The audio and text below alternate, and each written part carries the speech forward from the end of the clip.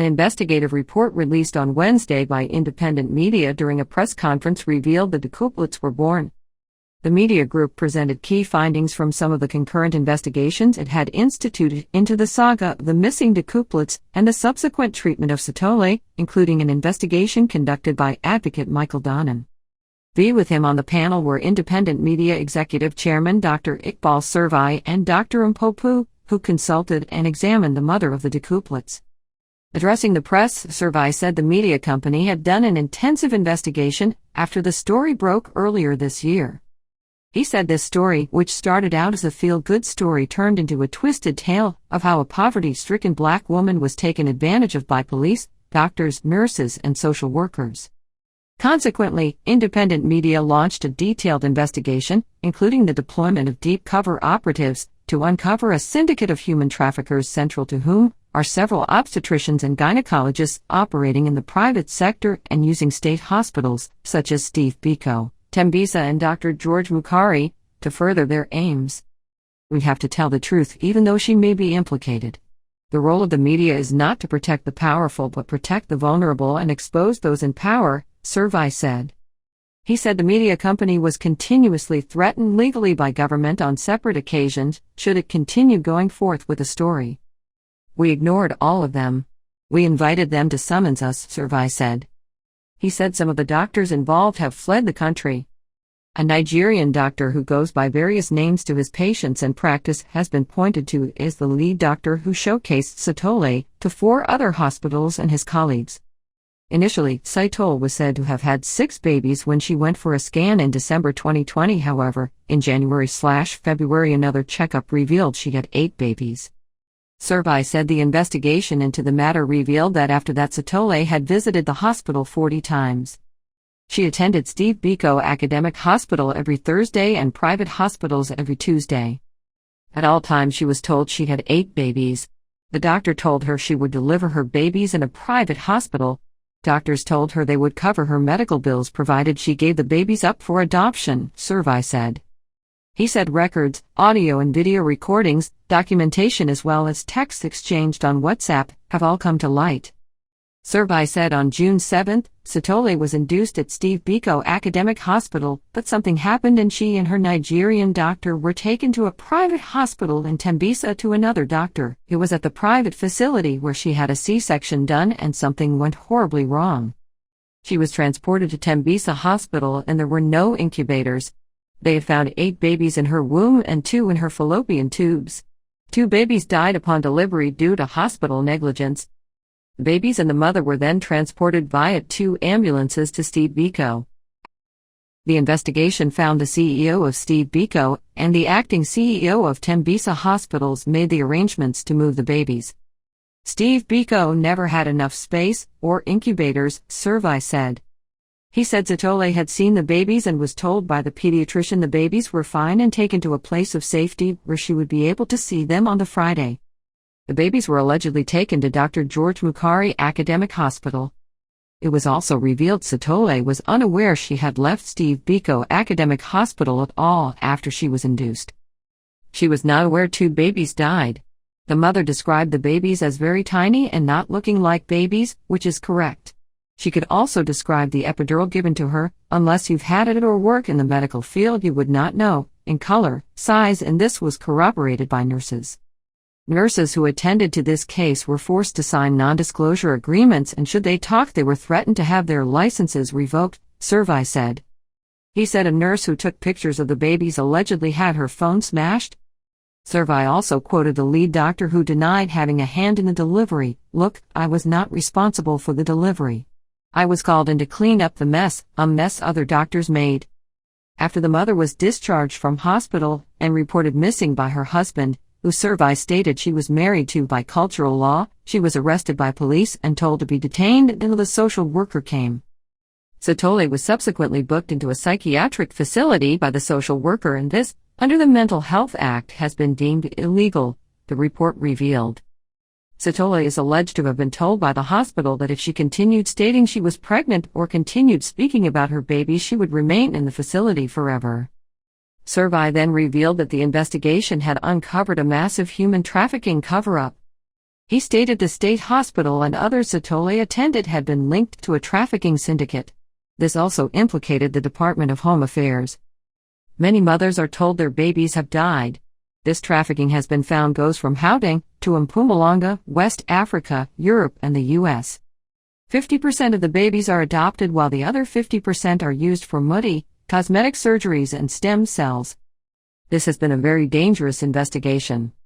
To government I say it is okay to make mistakes. It is not okay to cover it up. Put systems in place to prevent human and baby trafficking. Suspend the Gauteng Mech of Health and Social Development, those hospital CEOs. Look into the health department. We cannot be the epicenter for human and baby trafficking, Survey said. He said there was no doubt that the network of traffickers existed and stated the syndicate cost the country between our 1 billion and our 2 billion annually.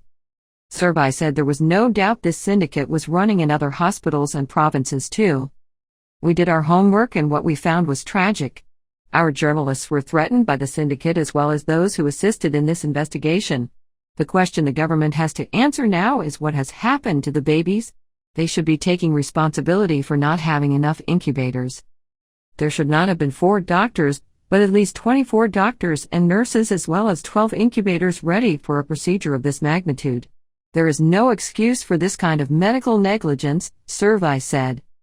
He was adamant that independent media would not rest until all those involved were held accountable. The investigation found the CEO of Steve Biko and the acting CEO of Tembisa Hospitals made the arrangements to move the babies. Steve Biko never had enough space or incubators, Survey said. He said Sithole had seen the babies and was told by the pediatrician the babies were fine and taken to a place of safety where she would be able to see them on the Friday. The babies were allegedly taken to Dr. George Mukari Academic Hospital. It was also revealed Sithole was unaware she had left Steve Biko Academic Hospital at all after she was induced. She was not aware 2 babies died. The mother described the babies as very tiny and not looking like babies, which is correct. She could also describe the epidural given to her. Unless you've had it or work in the medical field you would not know, in color, size, and this was corroborated by nurses. Nurses who attended to this case were forced to sign non-disclosure agreements and should they talk they were threatened to have their licenses revoked, Survey said. He said a nurse who took pictures of the babies allegedly had her phone smashed. Survey also quoted the lead doctor who denied having a hand in the delivery. Look, I was not responsible for the delivery. I was called in to clean up the mess, a mess other doctors made. After the mother was discharged from hospital and reported missing by her husband, who Survey stated she was married to by cultural law, she was arrested by police and told to be detained until the social worker came. Sithole was subsequently booked into a psychiatric facility by the social worker and this, under the Mental Health Act, has been deemed illegal, the report revealed. Sithole is alleged to have been told by the hospital that if she continued stating she was pregnant or continued speaking about her baby she would remain in the facility forever. Survey then revealed that the investigation had uncovered a massive human trafficking cover-up. He stated the state hospital and others Sithole attended had been linked to a trafficking syndicate. This also implicated the Department of Home Affairs. Many mothers are told their babies have died. This trafficking has been found goes from Gauteng to Mpumalanga, West Africa, Europe, and the U.S. 50% of the babies are adopted while the other 50% are used for muddy, cosmetic surgeries and stem cells. This has been a very dangerous investigation. To government I say it is okay to make mistakes. It is not okay to cover it up. Put systems in place to prevent human and baby trafficking. Suspend the Gauteng Mech of Health and Social Development, those hospital CEOs. Look into the health department.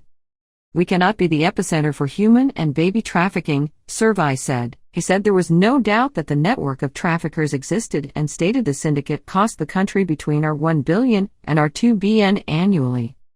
Survey said there was no doubt this syndicate was running in other hospitals and provinces too. We did our homework and what we found was tragic.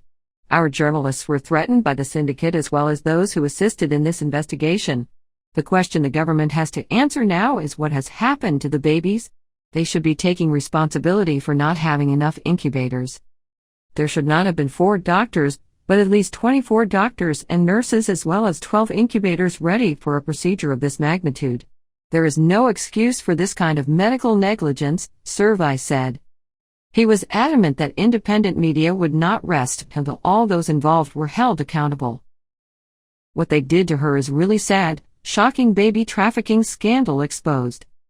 Malihi Maria Sitole, the mother of the decuplets, was indeed pregnant and underwent a recent cesarean section. This was confirmed by professional obstetrician and gynecologist Dr. Mpopu at a press conference called by independent media on Wednesday. At the briefing, the media group presented key findings from some of the concurrent investigations it had instituted into the saga of the missing decuplets and the subsequent treatment of Sitole, including an investigation conducted by advocate Michael Donan. In June this year, independent media exclusively broke the story of the record-breaking Tembisa 10 births. What began as a good news story, however, was dismissed as fake news in some quarters amid reports of a cover-up by health authorities and government. On Wednesday, independent media executive chairman Dr. Iqbal Survey was part of the panel, which included Pooh and Donan, that presented the findings to the media, and public revealed the sensational findings of their investigation. Ms. Sitole was pregnant and had a recent cesarean section. Sitole was admitted to Steve Biko Academic Hospital, as well as taken to a private hospital, Len Zimbabwean Private Hospital, and subsequently to Tembisa Hospital. Independent media also confirmed that the backwards and forwards of the newborn infants between these hospitals, as well as Dr. George Mukari Academic Hospital, did take place. Doctors and nurses in the private and public sectors are unequivocally complicit in the delivery and subsequent cover-up of the birth of the babies. There has been gross medical negligence in that not sufficient doctors were present for these multiple births, with only 4 doctors in attendance. No incubators were supplied, and further that there was a misdiagnosis during Sitole's surgery. All physical and electronic records of this pregnancy and previous medical history of Sitole was removed. Pooh said she had had cited and is in possession of a letter from a doctor referring to her high-risk multiple pregnancy and motivating for Sitole to be booked off work. Sitole's questionable detainment in a mental institution. According to the outcomes of the investigation, Sitole's detention and the invoking of the Mental Health Care Act sprung several breaches of procedure and ethics by the various departments of health, social workers and medical personnel concerned. Advocate Michael Donan and Dr. Pooh concurred that one of these was the fact that no collateral history was provided by the people close to her, such as members of her family, relatives, neighbors, or people she lived with. Human trafficking. Advocate Michael Donan, the chairperson of the independent inquiry into the story, revealed in his report several disturbing contradictions and concerns, which suggested that human trafficking was involved in the Sitole saga. Consequently, independent media launched a detailed investigation, including the deployment of, perhaps, deep cover operatives, to uncover a syndicate of human traffickers, central to whom are several obstetricians and gynecologists operating in the private sector and using state hospitals, such as Steve Biko, Tembisa and Dr. George Mukari, to further their aims. Donan also said alarm bells were ringing, with Ms. Sitole having been denied access to her attorney, as well as the absence of an independent medical examination by an appropriately qualified independent medical practitioner, nor one by an independent psychiatrist. Advocate Michael Donan, the chairperson of the independent inquiry into the story, revealed in his report several disturbing contradictions and concerns, which suggested that human trafficking was involved in the Sitole saga. Consequently, independent media launched a detailed investigation, including the deployment of, perhaps, deep cover operatives, to uncover a syndicate of human traffickers, central to whom are several obstetricians and gynecologists operating in the private sector and using state hospitals, such as Steve Biko, Tembisa and Dr. George Mukari, to further their aims. Donan also said alarm bells were ringing, with Ms. Sitole having been denied access to her attorney, as well as the absence of an independent medical examination by an appropriately qualified independent medical practitioner, nor one by an independent psychiatrist.